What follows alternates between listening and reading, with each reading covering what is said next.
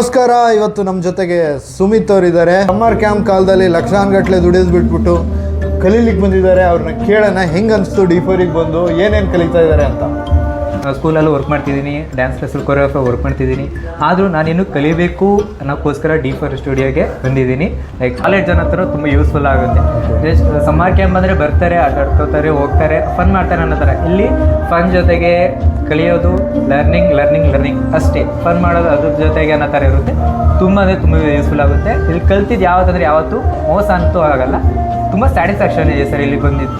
ಯಾವ dance style ಕಲಿತಿದ್ಯಾ Sumit ಇಲ್ಲಿ D4 ಇಲ್ಲಿ? ಸರ್ ಇಲ್ಲಿ ಬಂದಮೇಲೆ ಲೈಕ್ ಲಾಕಿಂಗ್ ಕಲಿತಿದ್ದೀನಿ, ಬ್ರೇಕಿಂಗ್, ಹಿಪ್ ಹಾಪ್ ಮತ್ತು ಕೊರಿಯೋಗ್ರಫಿ, ಲೈಕ್ ಅದರ ಸ್ಕಿಲ್ ಬಗ್ಗೆ ಹೇಳ್ಕೊಡ್ತಿದ್ದಾರೆ, ಮ್ಯೂಸಿಕಾಲಿಟಿ ಬಗ್ಗೆ ಹೇಳ್ಕೊಡ್ತಿದ್ದಾರೆ.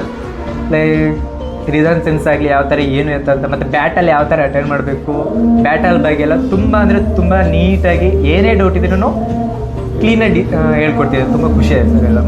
ಮಾರ್ನಿಂಗಿನ ನಾರ್ಮಲ್ ಸೆಷನ್ಗಳು ಇದೆ, ಅದ್ರ ಪ್ರಕಾರ ಅದು ಅಟೆಂಡ್ ಮಾಡ್ತಿದ್ದೀನಿ.